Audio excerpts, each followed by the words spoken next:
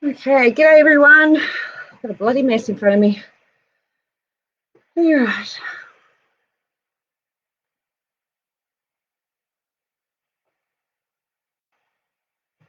Real mess. Lots of mess. Okay, so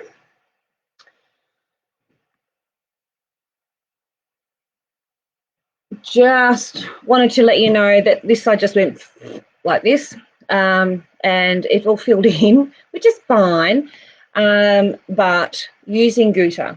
Normally I would use Gouda a lot thinner than this, but in my rush I made it thick. So the Gouda is what stops the paint from running. Okay, so that's the Gouda. It's a water-based Gouda, so it washes out. I also am using Opulence, which is a craft color product, and it's a silk paint. This is the one I prefer.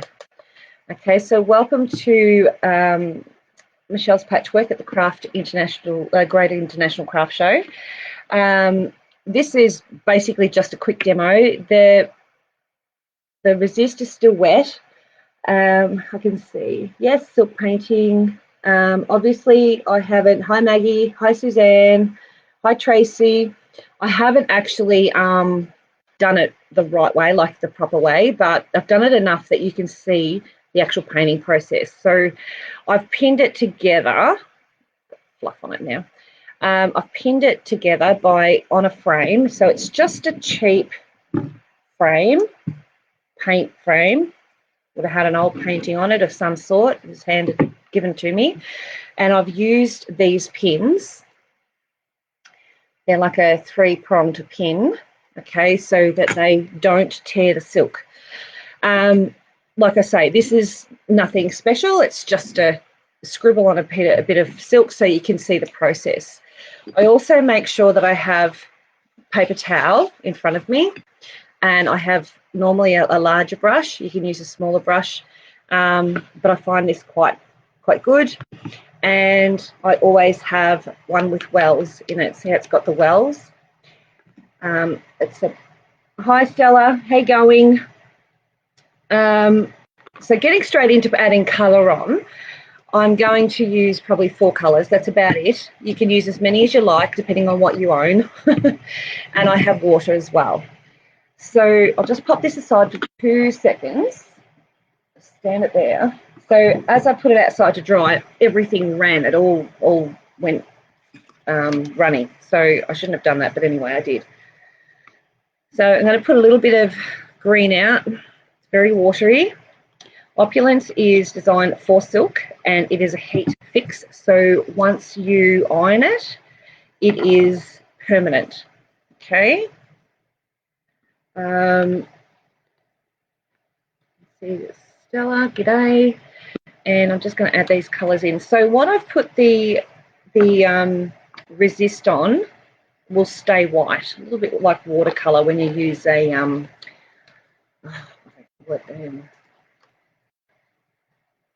I can't remember the name of it. Anyway, they put a product on. It's like a rubber, and that stops the watercolour from going in that area, creates a white area. So I'm using Sunrise Yellow Peacock, and that's Bougainvillea, and Kaffir. I don't know, that's a green. So I'm just going to, g'day Anne, how are you? Pop them aside until I need them again. Pop that back over down, that next to it. You can see it's gone right through. That's the resist, so I have put way too much here. Oh, look, as soon as I put it on its side, it ran. So there's what not to do. So if that happens, you really need to get onto it quick to pick it up and get rid of it. G'day, Gidget. But in saying that, this is, like I say, just a sample piece and probably won't make it past the bin. So it's just going to be to show you how to apply paint onto the actual fabric.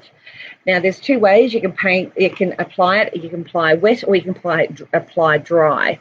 So I'm going to be applying both to show you the difference. All right. Hi, Maureen. So You need to have your paper towels handy. They are very important. If you don't, you end up with paint everywhere and resist everywhere. Okay, so what I normally do is I'll wet the brush and then I'll wipe off the excess water because I don't want it up the actual brush here, this part, because it'll drip down and create an absolute mess. I grab, keeping my sleeve out of it, I grab the paint, and to apply dry, that means, see how it's wet here, I'm applying colour straight to that area. So to do that, you literally fill your brush up and apply dry to a dry background and let it do its thing. And you'll see it just, oh, now I've splashed, just take on the form that it's allowed to go to, and it won't go any further. What was that? Oh, I just said g'day, Gidget. Okay, so to apply dry, you can apply dry like that, and you can see it still runs, but not as far. Now, when I apply wet, that means I wet the area first, just like this.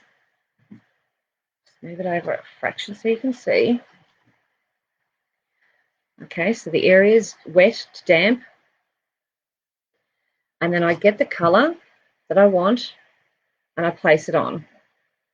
And you'll see it'll be different. It'll be lighter.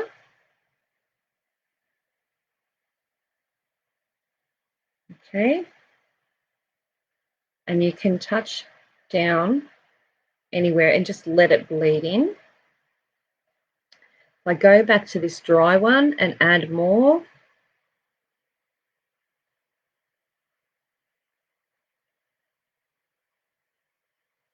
you see how it dries around here. You'll still be able to see where it finished. Like there'll be a line there where it finished. Hi, Carol. That's okay. You can always watch back later. But I'm just showing you the difference between painting dry or wet. So you can see how that starts to bleed in. Got a little bit of fluff there. And I can just add water to make it lighter. I'm just going to pop my paint down here. Right. So what I normally do is I hold my brush over the top of the paper towel. I dip in the paint and I carry it across like that. And then I will add the paint to where I want it to go and just let it do its thing. Okay. This is where it's wet. Okay. If I apply it to, you can see the difference, how it doesn't run. It's different when you're using it dry, and it doesn't go as far as that does.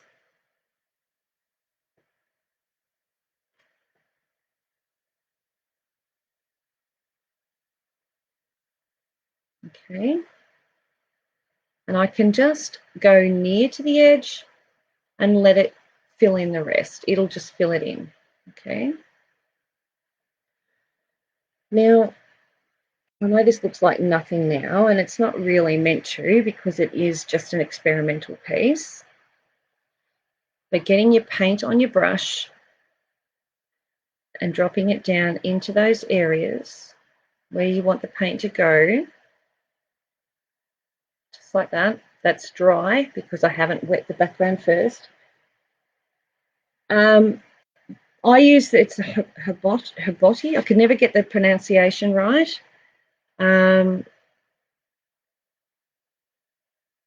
Not every silk will react the same way, just so you know. All right, so I'm just getting a little bit more green, adding it there.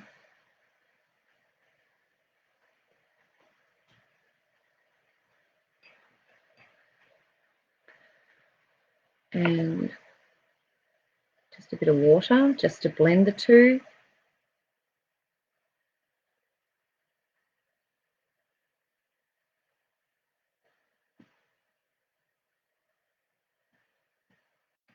And I'll just zoom in a little. Oops, wrong way. There we go. And you can see how that, and you can see how that starts to work. So I just added water. Now I'm going to add water here and here and here. And you can see here, see that line that it created from before? Just bring that down a bit like that so you can see. You won't ever get rid of that line. So if you're doing a dry, you have to really work quick. That's why I like doing it wet, and then I get these sort of nice soft results.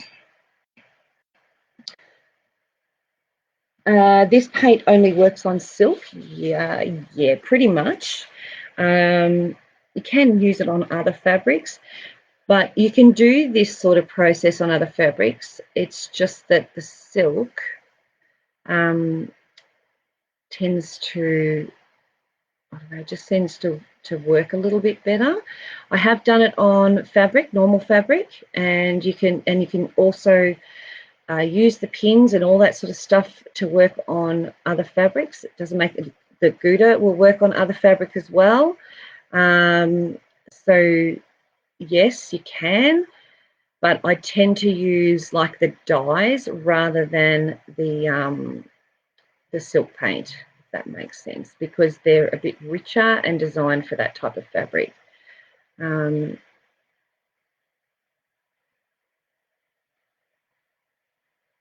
Right, so you can see it's starting to bleed in a little. Hi Jeanette, how you going? I'm going to add a bit of a berg in there.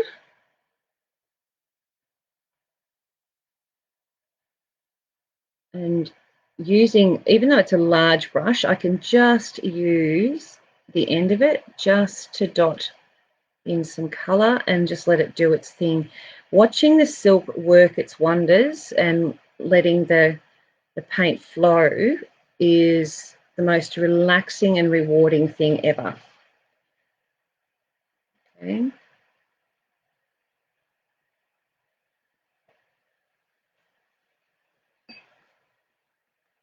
G'day, Helen. So if I get, that's the burgundy, if I get the yellow and just touch very little around the edge, just a little bit, you'll see it blend and bleed in. Water paint brushes work the best with this, but they are very, very expensive. So try and find a brush that has quite a lot of fill in it. So you can see it's quite thick, but it's got a nice point to it, so you can get some detailing. Of course, when you really want lots and lots of detail, then you would use a smaller brush. I'm just doing a little bit of a mix. So this was done, this bit here, this section was done dry, and you can see how it doesn't quite run as nice as the other. And that one there, I'm just letting it blend a little. One thing you've got to remember, good afternoon, Helen, is that the fabric will only take so much paint.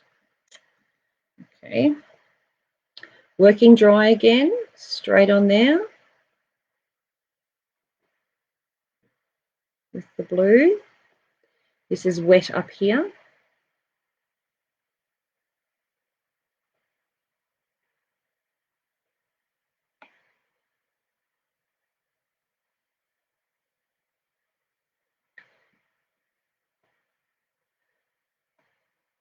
Oh, that's all right. I think sometimes with Facebook, sometimes you have to update these notifications, because I noticed that with some of my regular ones that I watch, that the notifications sort of stopped, so I had to redo or re-like them.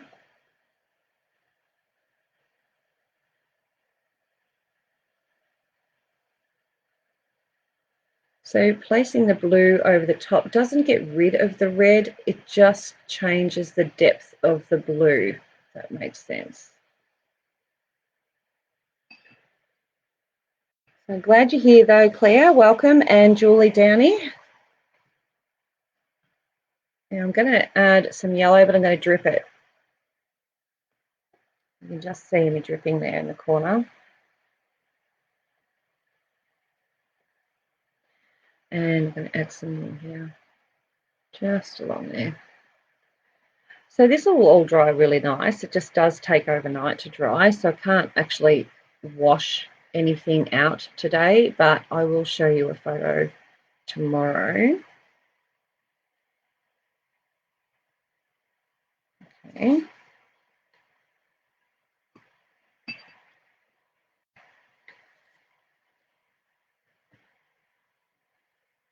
So I've put the yellow in. Now I'm going to go around with the green. That's all right. You're welcome to come back and join in any time. Everyone's busy these days. So it's fairly light. You can see it's still fairly light. So then I'm going to get some blue. Pop some blue in here.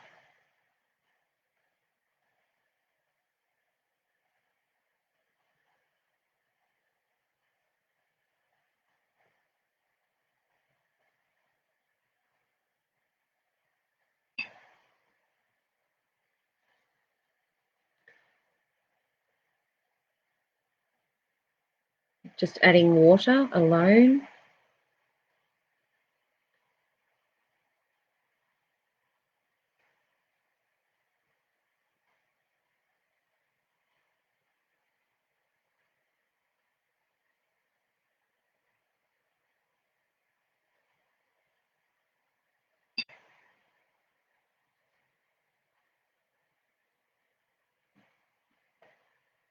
So he's going to have a green head, and you'll see how the paint just moves beautifully up to those lines.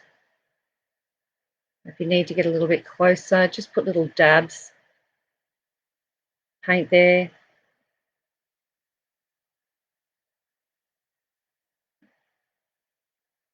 I don't know if that's not, that's goober.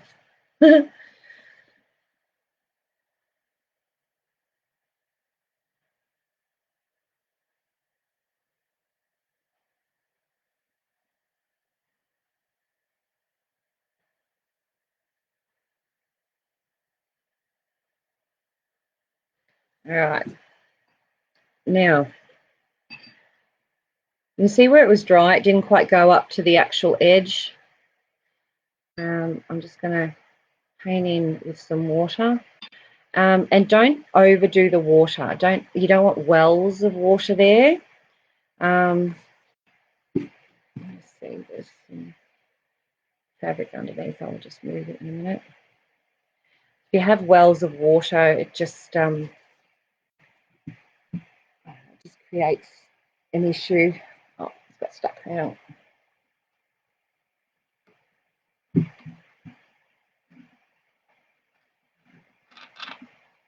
There we go. So wherever the water hits is where the paint is going to flow.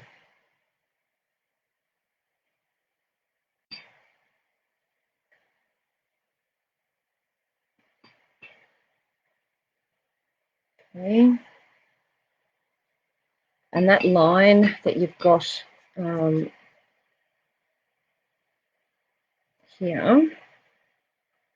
and here, that won't go away. That is there for good. So what you tend to do when you're doing any kind of silk work is you tend to work fairly quick.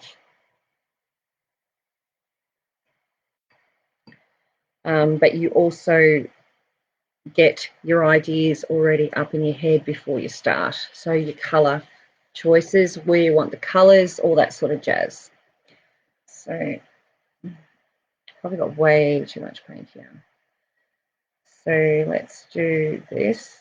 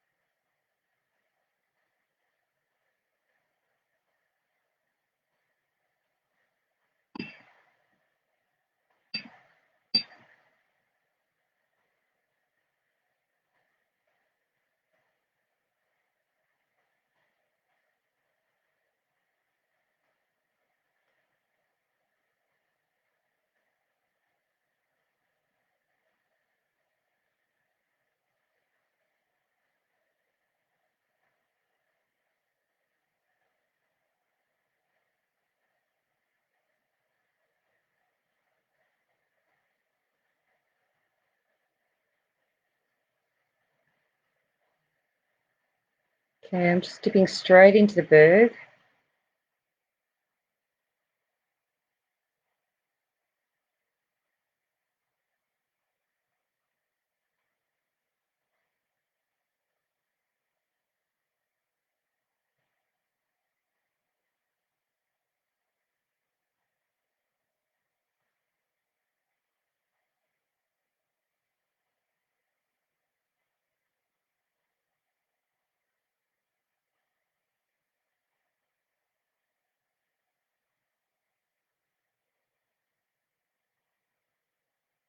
And by dripping some of the other colours on, it tends to create like you'll see it because you can see the yellow.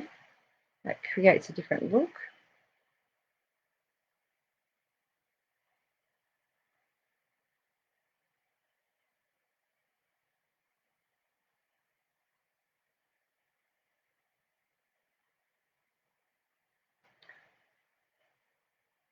Yeah, look, you will, Michelle. You'll catch up.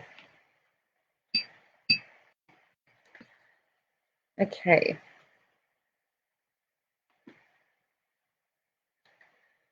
So if I fill up my brush with the yellow and let it drip,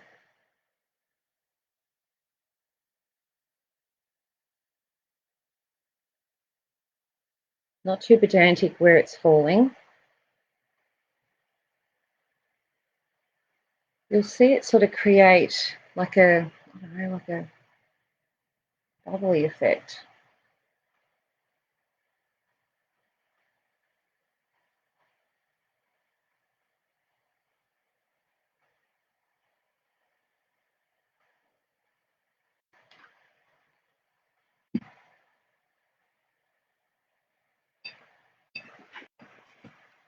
So I know this is not a gorgeous painting or anything like that, but it gives you an idea on how this works.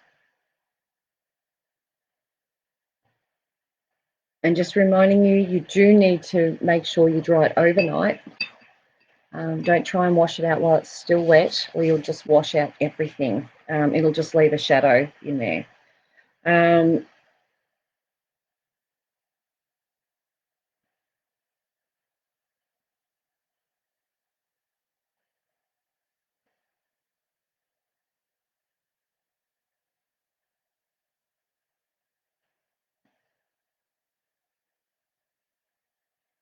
Any questions at all? Anything you need to ask or feel I didn't explain at all? I'm sure you've got plenty of questions.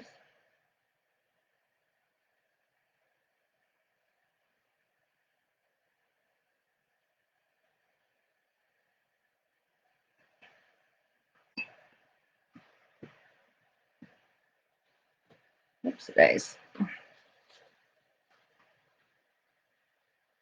We're going to give him red lips. You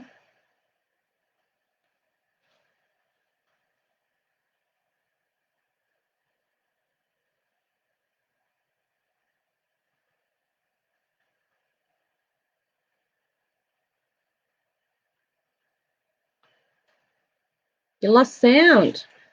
Oh.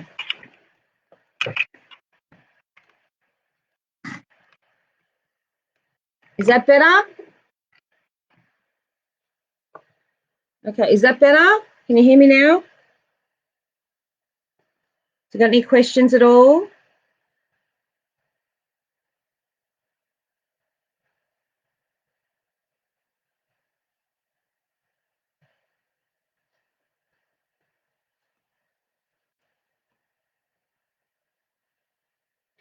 So basically we've got a wet area and a dry area. So when I paint on dry, it spreads like that. Okay, just turn the camera up a bit. All right, so it spreads like that. When it's, oh yeah, my little thing popped out of its little jack. So when it's wet and you wet it first, mind you, that's on the wood, so it's going to spread weird. But when it's wet and then you add colour, it bleeds differently and it's a lot lighter. This, now I've got that line there. If I go over it, that line will always stay there. So you'll always see that shadow behind there. Yeah, maybe. Maybe Diddy blocked me as background noise. It very well could have. So I don't know what colour I'm doing. I'm just putting colours on there. And like I say, it'll only take so much paint and then it just won't take any more.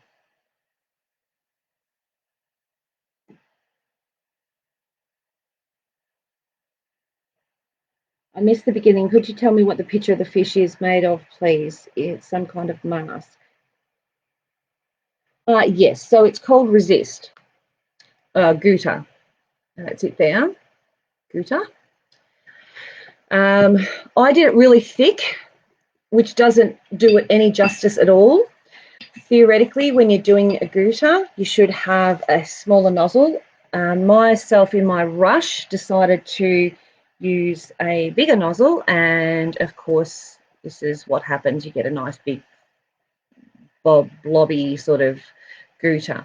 The idea is to make it as I don't know, as fine as you can, but it needs to go through the whole layers of the actual paint, of the fabric. Oh, you lost sound too, Beverly? I have got it plugged in. I'm just double checking him. He's in. So when you do this, and this is what I say about the Gouta, which I'll show you how to do in a sec. So if you look over the back, you can see how wet that Gouta is. It's gone right through the 3 layers. If I don't go through the 3 layers, or say 3, all the layers of the fabric, then what's going to happen is the paint will run underneath the Gouta and it'll just bleed everywhere. All right. So let me grab, your sound is good. Let me grab another bit of silk and I'll show you what I mean. All right.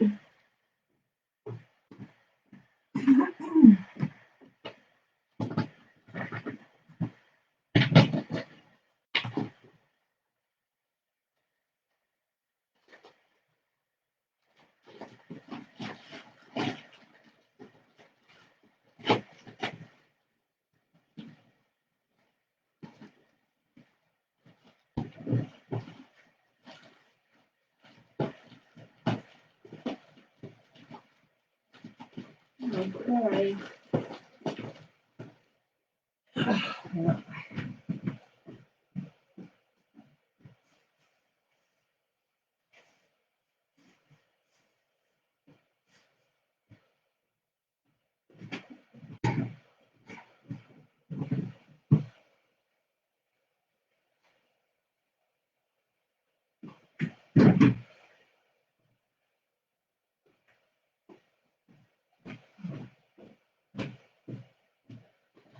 Okay, I'll just get another frame because if I take that off there, it's going to make a mess.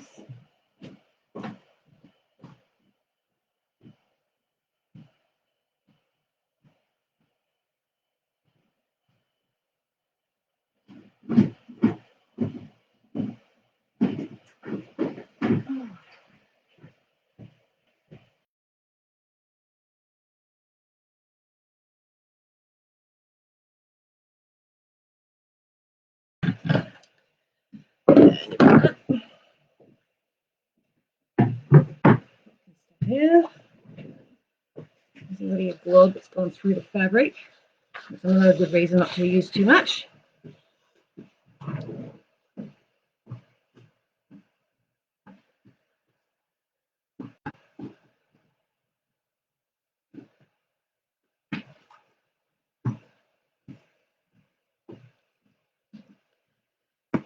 Okay. Right, ready?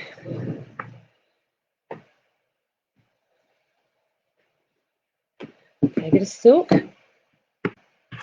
You need these pins to do it. So what I tend to do is place up the top here all magnetised together. So I'll just go a few out. 1, 2, 3.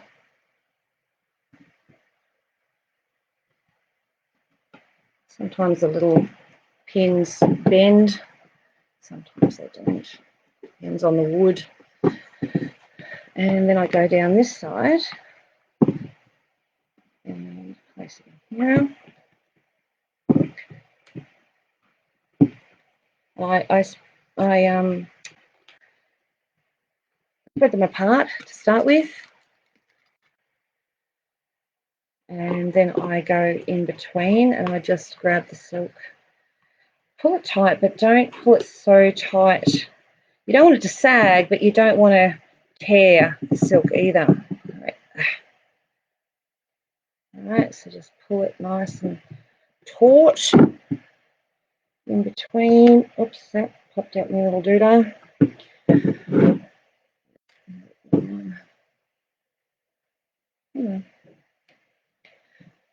In there. This is the time-consuming part. Personally, I find it really relaxing, painting fabric of any kind. But preparing silk fabric or any kind of fabric with a really watery paint, like Stella, these are, I'll get them.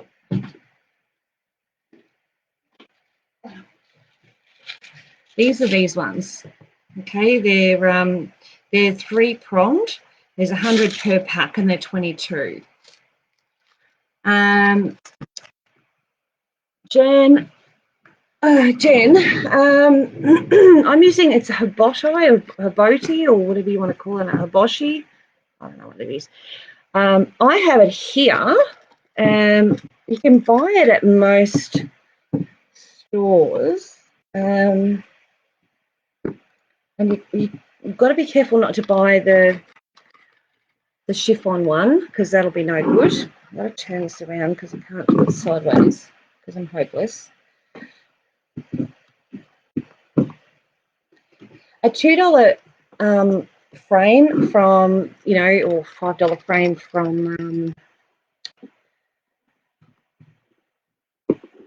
the $2 shop will just do suffice. You can take off the canvas or, and then just use the frame. Doesn't have to be anything special. You don't have to get your hubby to make anything. You can do it all yourself. I happen to be given quite a lot of frames from someone who was a screen printer who didn't use them anymore.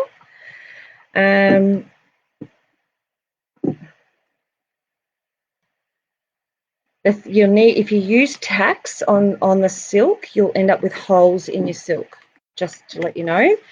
Because people have said, oh, why do you need these? The tacks, or, not bobby pins, those pins, those tack pins or thumb pins, they will actually tear and put a hole. These pins, they might make a little hole, but it will actually relax and go away. So welcome for those who are overseas. Hope you're enjoying the craft alive crew and all the classes. And over time, you lose your little pins folding. Ouch, that would hurt. That one did hurt. And sometimes you only end up with one prong, but I still use them until they've got pretty much nothing. I have some mushroom on-tone silk from Singapore. I must have a go later on, test bit. Yeah, absolutely. It can be printed. It can be, I've used grey. I used different colours. Makes no diff, other than you'll still see the pattern behind, just FYI. Now, I've got the resist in this little tube container thing. It's got a smaller opening. Okay, so much smaller opening. Oh, broke my nail. And I'm going to test it on the side. So what I tend to do is I'll get it down, but I'll make sure that all the bubbles are out. So all the bubbles have to be out of the gouter, because I don't want any bubbles in it. And you've got to keep a consistent pressure on it. So just hold on 2 seconds. Grab some this. Okay, get that down. And I tend to test on the side first where I'm not going to use, and make sure I get a smaller line, and it's not coming through very well, which tells me it might be blocked. So I'll get a pin, and I get one of those thicker pins, and I just put it through to make sure that it's coming through okay. There we go. That's better. Better. So getting that down. Okay, and I can see some bubbles. So it took a while.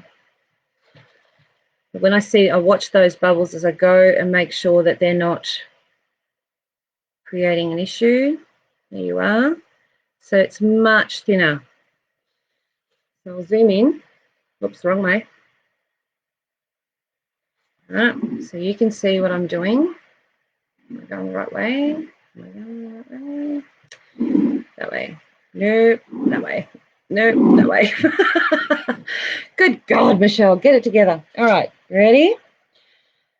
So get that down. And let's just do, I don't know, let's do a flower or something. And you hardly touch the actual silk.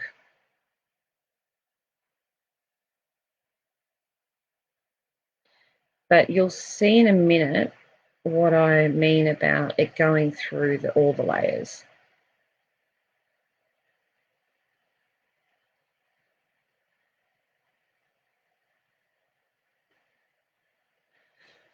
Okay.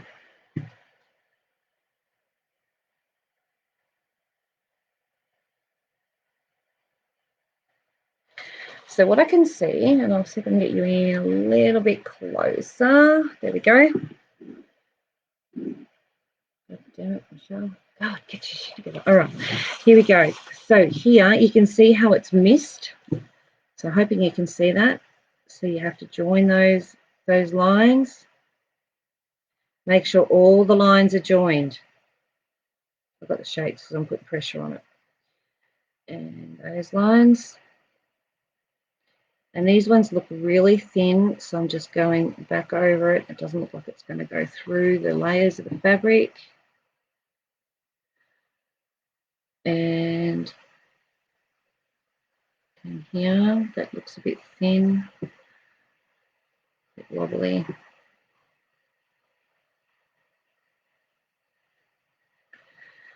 And then if I turn it over, if you look on the back, you can see how it's really, really quite wet here. Okay, and then this line here is quite fine and it's not quite coming through. So that one is this one here. This one here. So I can tell by looking at it that it's not going to be wet enough to go right through those layers. So I need to redo that. But that's a better line than what I had before. Yeah, so you can see through there. There's another one I like to use too. I wonder if I've got any made up.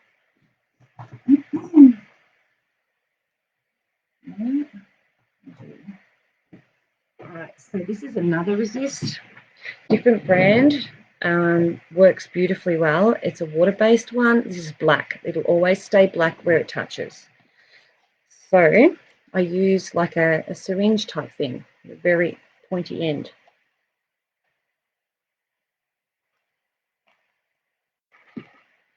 I haven't opened. There we go. Goobers. And show you, just like any other syringe, draw it up. Okay. Clean off the nozzle. Let it go down. You can see it's slowly working its way down.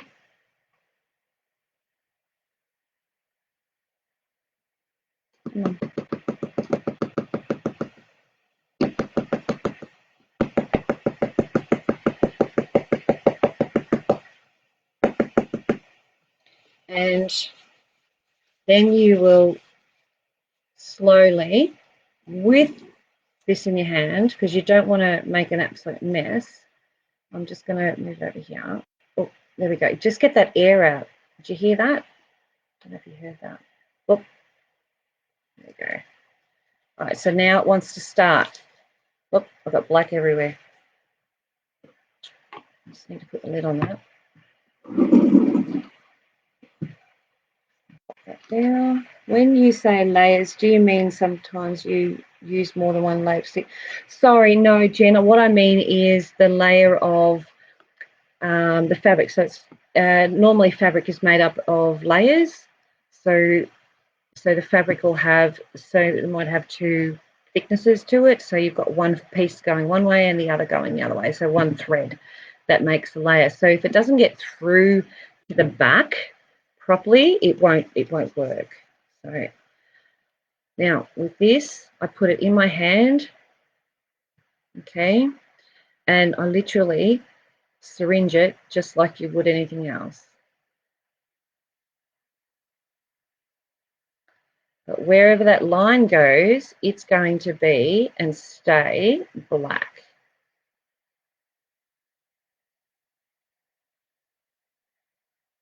Oh, and you can see I missed a bit. Okay, a big blob of it there. And before I do anything else, I'm going to clean up my hand. Look at my hand. Good Lord. All right, so pop that down there. Get a new one of these. So the other thing you've got to remember when you're doing anything with silk paints, you need to have a frame. And the reason why you have a frame is because you don't want it to, oops, today's a bit of a wobble. You don't want it to go into the actual wooden frame because it will move differently and you'll get the picture behind. It'll leave an imprint in the paint of that picture frame that you're using. So just go around, don't worry. I mean, I'm not worrying about that. It's not that big a deal because it's a sample piece.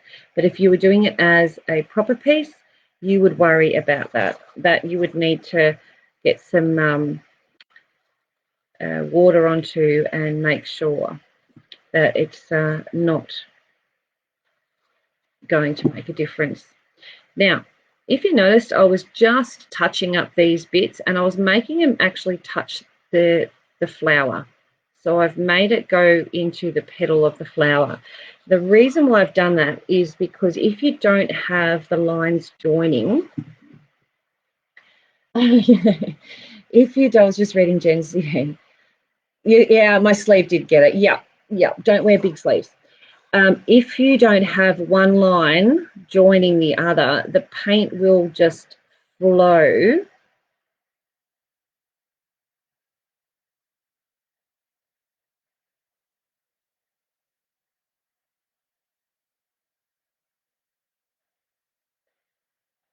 between that gap. Okay.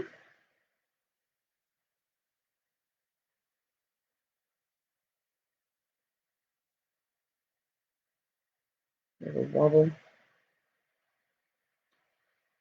So if I don't break up those areas in between there, it will just flow in between those and create one colour the whole way around. Whereas if I separate it, I'm a bit wobbly, but if I separate it, I can actually get a different colour in each one of those little things. If I slip my sleeve up a bit, I might not get my sleeve in it so much.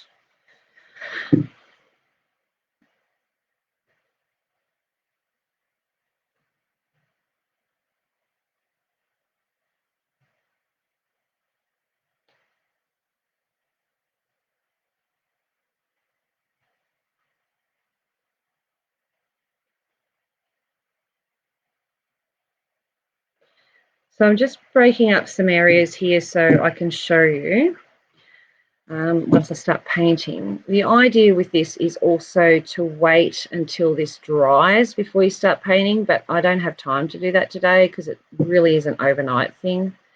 So I am going to basically start painting straight away.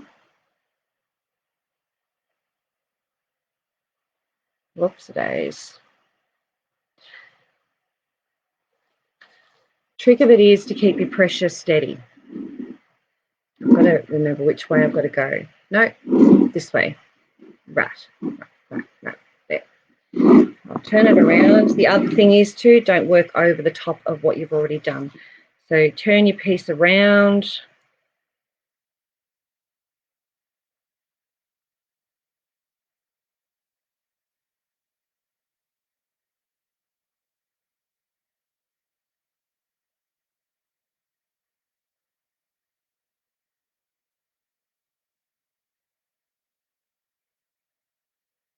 And work forward to yourself.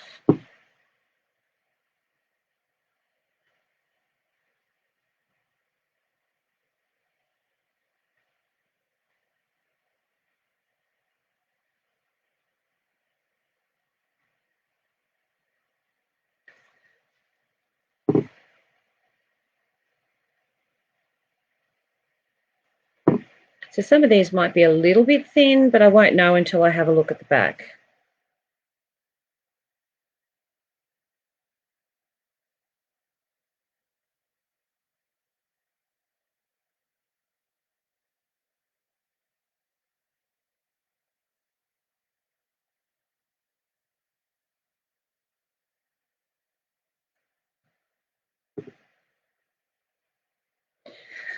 Alrighty.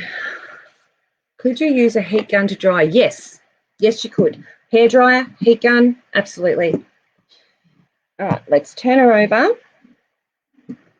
Now, what you can see, the darker areas, if I zoom her in, oops-a-days, wrong one. Oops, wrong way. There we go. So I can see there's some darker ones and some lighter ones. So some of these and quite a few haven't gone right through. They're not damp enough. So sometimes I'll actually hold it over here and go through to the back, and I will do the back as well. A little bit harder to stay on the lines, but it does help. So now just make sure there's no gaps in any of the lines as well. That's another thing you're looking for when you turn it over. What you don't want is massive blobs everywhere. That's one thing you're trying to avoid. And we're just going to go with it and see how we go. Well, Stella, I should. Been doing it for a few years. It is a hard technique, and yeah, getting used to doing the pressure and your flow, your speed of paint, and or you know, your resist, I should say. Oop, I just ran out. All right, just found it. See, that was a air bubble. You can see it right there. There we go. I'm just using a pin to pop it.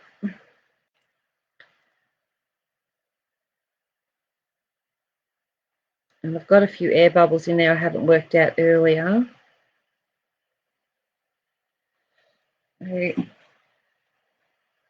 Like I say, if you get air bubbles, just come in and get your pin and just pop them. All right. Now, fingers crossed, I've got to put my sleeves up because I've just about dropped it in to paint 3 times. And I'm going to get some fresh water.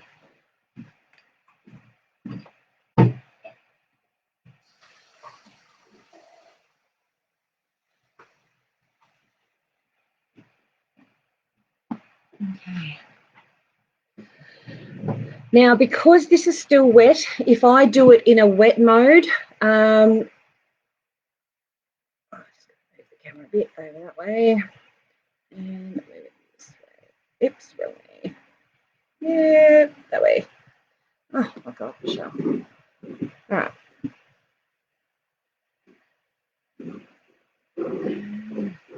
I want to try and get the whole picture in, so bear with me while I fiddle around. Here we go. That's a bit better. Okay, so using the same paint I had before. Okay, still using it. And I've still got the same little bit of what's the name. I am going to do it dry. So the brush is reasonably dry. It's damp. And I'm going to just dip it in.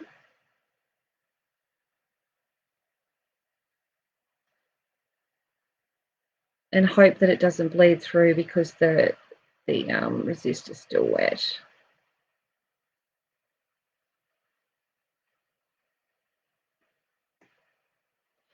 And a little bit of water. Just a tiny bit.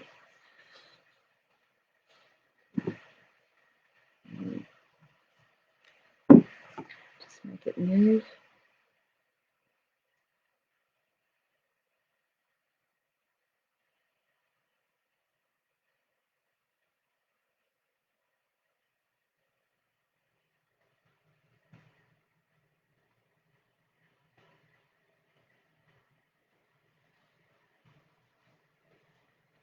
Okay, let's see if it works better with the wet. So this is a different silk, and oops, a days. There we go. Different silks work differently. This is a different type of silk, and it doesn't work as well. I'm going to touch that one again because I reckon it's going to make a mess. I'll swap over to the next one. So that's what I say about silks. If you've got a silk, and this one looks like it's got some sort of sizing or something in it. I've just grabbed a random scrap, so it's my own fault for not checking.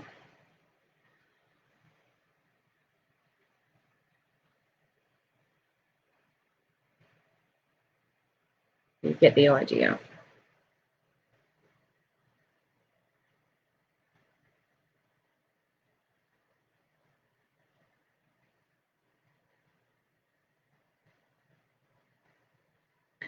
And I can tell that it's a different silk because it's not bleeding like it did with the other one. The other one would just bleed up to the edge really nicely. I'm having to push this one, which I don't really like doing. That's how boo-boos are made.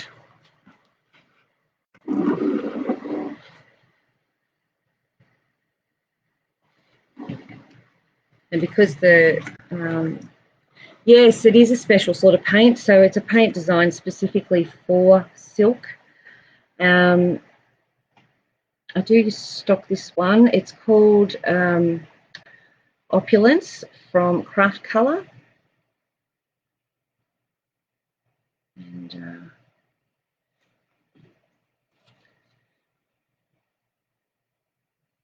get some green in there.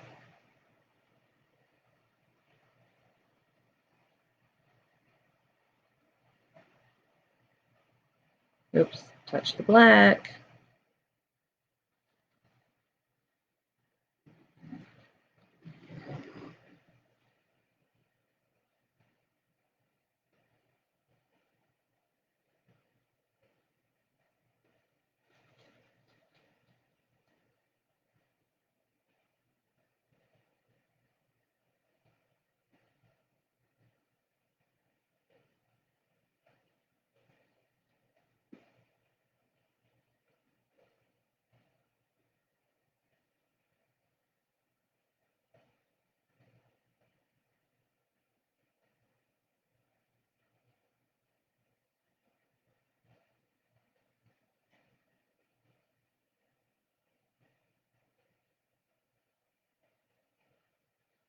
Okay, so you've seen how hard it is for me to get that paint move.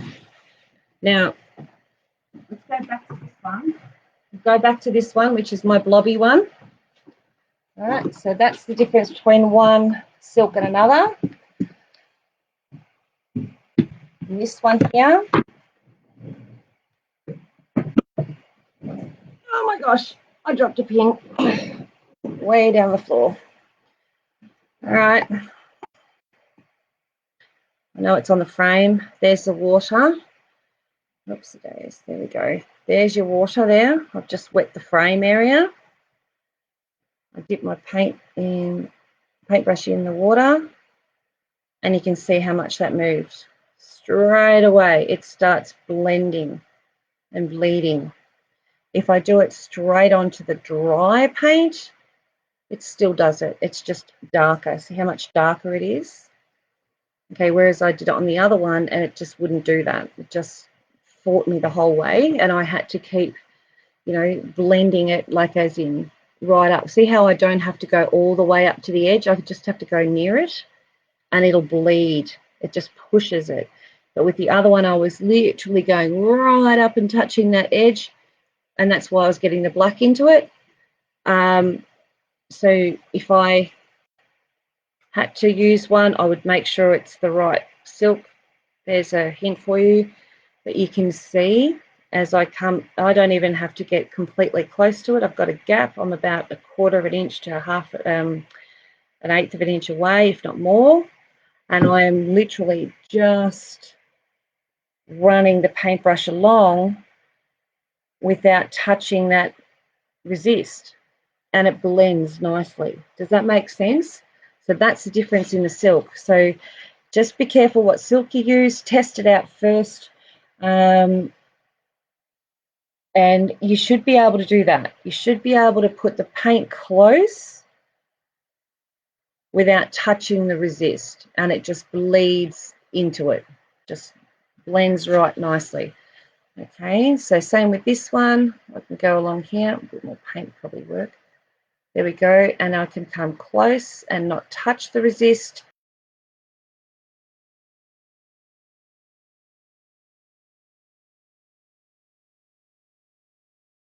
That way. You'll see here. Watch. I'm about 1/4 inch away, and it bleeds to it. When I do it with this other one, oh gosh, come here. Watch. It just sits there. See how it sits? See how it's sitting straight on top? It's not blending. Okay? That's what we don't want. We want it to blend like this. So we want to make sure that when we put that paint down, it blends and moves.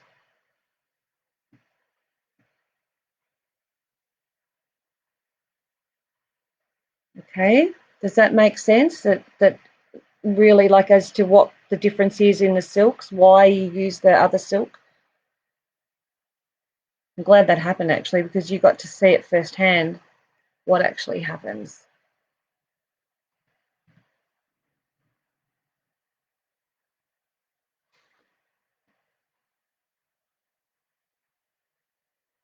So you can get it coming close, get another colour and blend that one in, and you'll see it just flowing nicely. Yeah? So I can just keep adding and getting all sorts of layers of colours, but eventually it'll only take so much. That looks like a poo brown.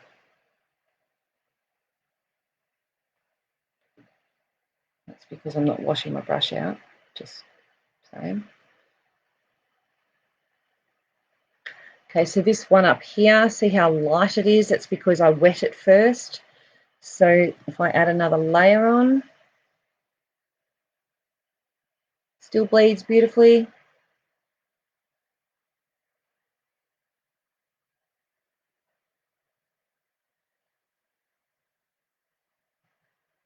Okay, and it darkens it up.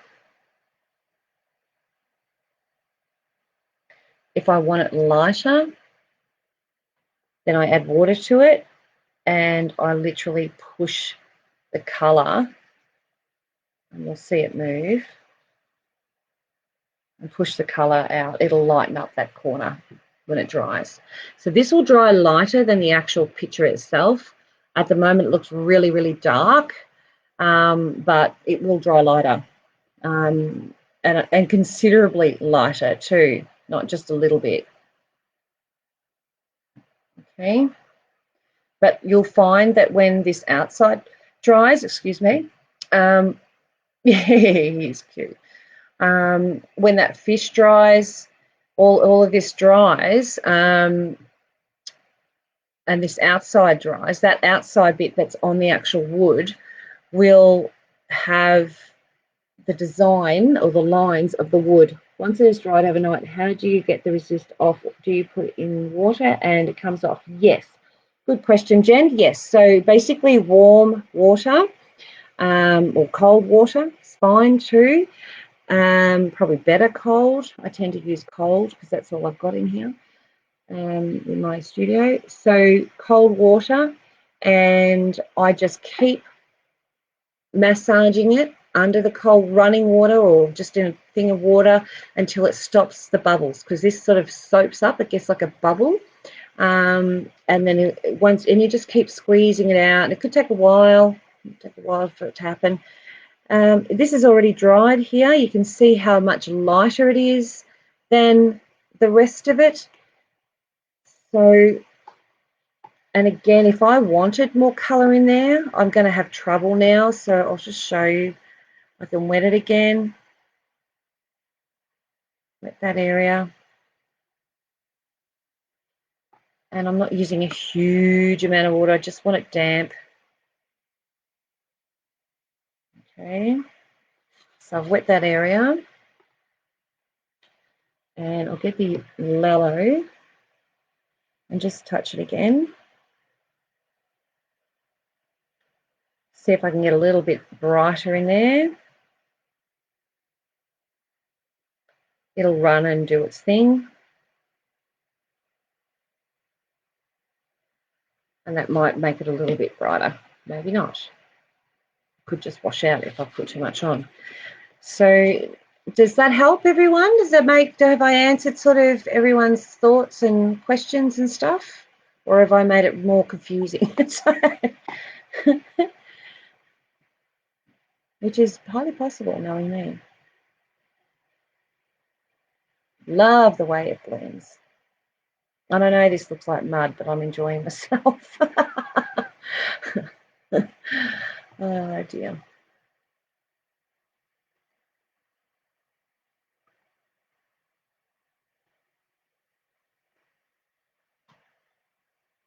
Anyone else? No? No questions? All right, well, thank you very much for joining me. I really appreciate your time and coming to see me here live on Facebook with the Great International Craft Show. I hope you have a go at silk painting. If you're interested in getting any of the products, you can contact me directly, or you can order right now if you want to. I do have the resist in a gold, I think it's a copper and silver, and the plain white one, but I've only got a clear one. I've only got, I think, 2 of the clear one left, but I've got a couple each of these. If you're wanting the pins, and good question on how much they're, $10.50, these ones, and these ones are 11. The paints, the opulence paints, I have plenty of those in stock at the moment. They're $11 each. Get quite a big thing for them. Where is where does it say how much is in there? Of course it doesn't say how much is in there. Oh, 130 mil. You just love the paintbrush, I do. Do you have any finished ones that we could see? Yeah, absolutely. Most of them are painted or stitched over the top of, but I will grab 1 or 2.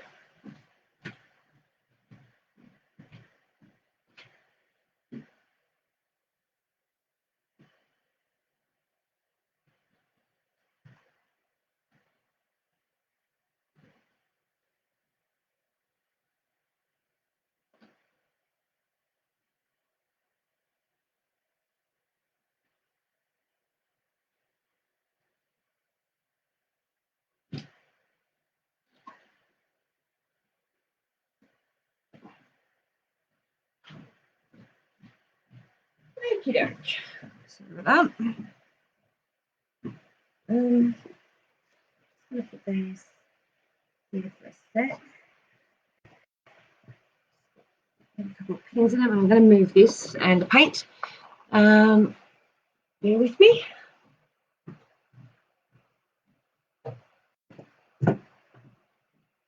And that can go over here.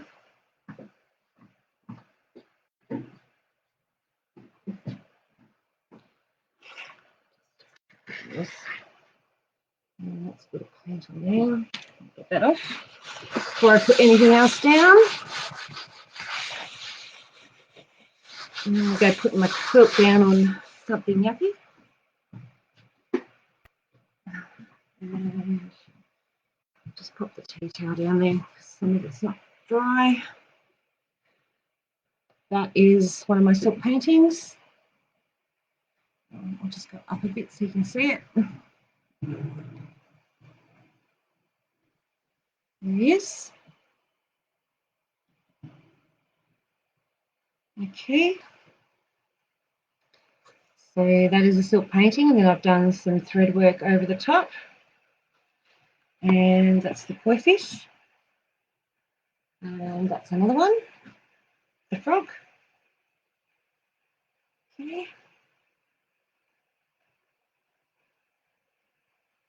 So you can do lots of different things with these. You don't have to just. I might actually take the camera up. So bear with me.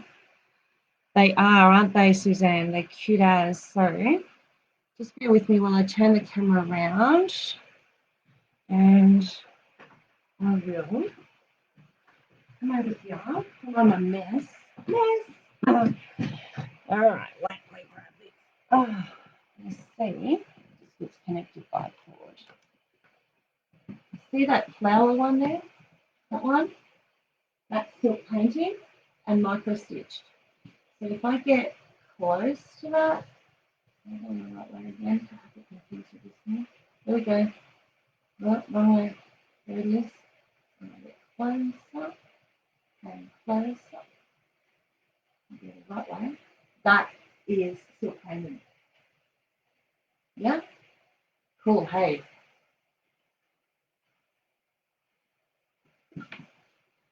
Nice, isn't it?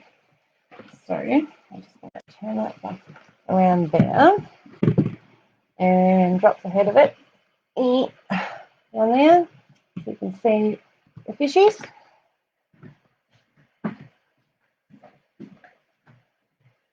There you go, that's silk painting. Thank you. Simple yet effective, but I need another project like a hole in the head. Yeah, me too. Absolutely. Yeah, look, Jen, that flower one, absolutely gorgeous. How come we don't see a white line where the resist was? Because I've stitched. So if I come, I'll show you this one. You can see it in this one more. Just trying to show you here. See those white lines there? The white gaps in between? That's where the resist was. Can you see them? Yeah. You see it on the edge of the leaves? That's where the resist was. Sometimes I fill them in and sometimes I don't. Thank you, Jen. As are you. Everyone is. I do love, it's one of my pet loves, that and bleach work. I absolutely adore bleach work. You would have seen next to that flower one on the wall, there was a succulent. That's bleach work. I love, love, love bleach work as well. I am going to work on a virtual one, a class of that, but I do want to work out, what's it called, the Rosella, Rosie the Rosella first, before I go doing anything else. But yeah, I do enjoy. I enjoy doing it. It's relaxing. It's effective, and you can see how much fainter they are. Well, I'm not even going to try this. Can't draw a straight line. Oh my God! You don't need to draw. Those flowers. All right. Now you've told me. Hang on.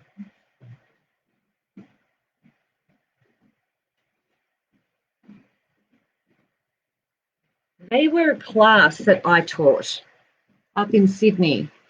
And what you do is, with that, so there's the design.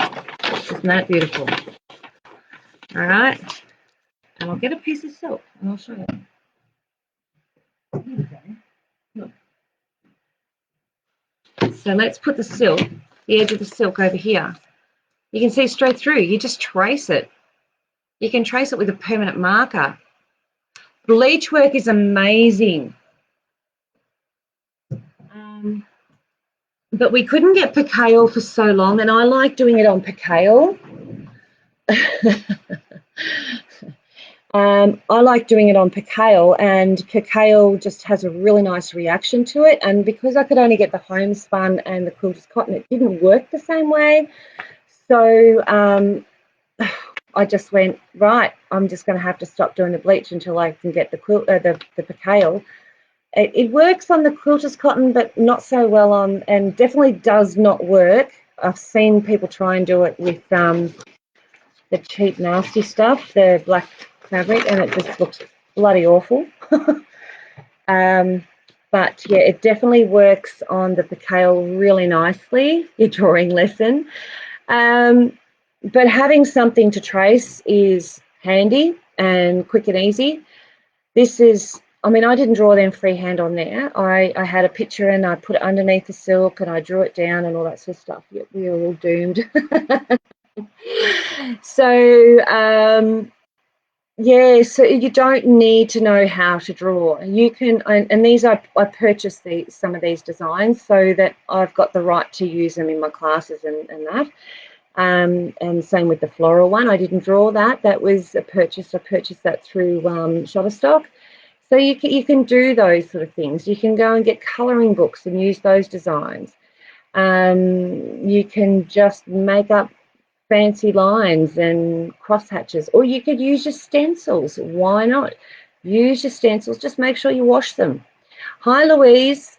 So your end result, when you take your time and you do all the right thing, and you can see what those is really, really nice. And see how that's darker? See that black? I've gone over that other colour after everything else. I've gone over with the black very lightly with the end of my brush, and it's created a really, really nice sort of shadowy look of kelp. And then in here, in the actual scales, I've done that drop of water thing. See how it's mottly? It's because I've put dots of water, just plain water, and it's created that mottly look. So yeah, you don't have to be, you know, brilliant at drawing or anything like that. And this one here, I missed the thing here with the stitching. So you sell the silk needed here too. Yeah, I do, Jen. I don't have it. Oh no, I do have it on my website. But yeah, you can always. It's not as wide, or is a bit wider. I'd have to have a good look at it.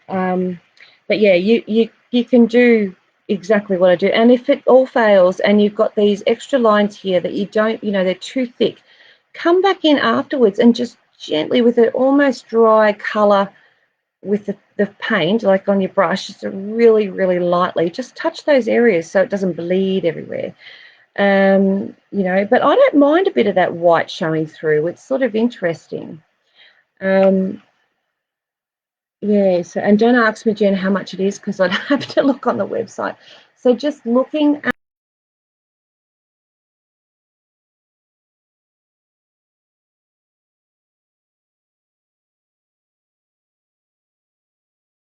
done with that, what's it called? Mirage thread.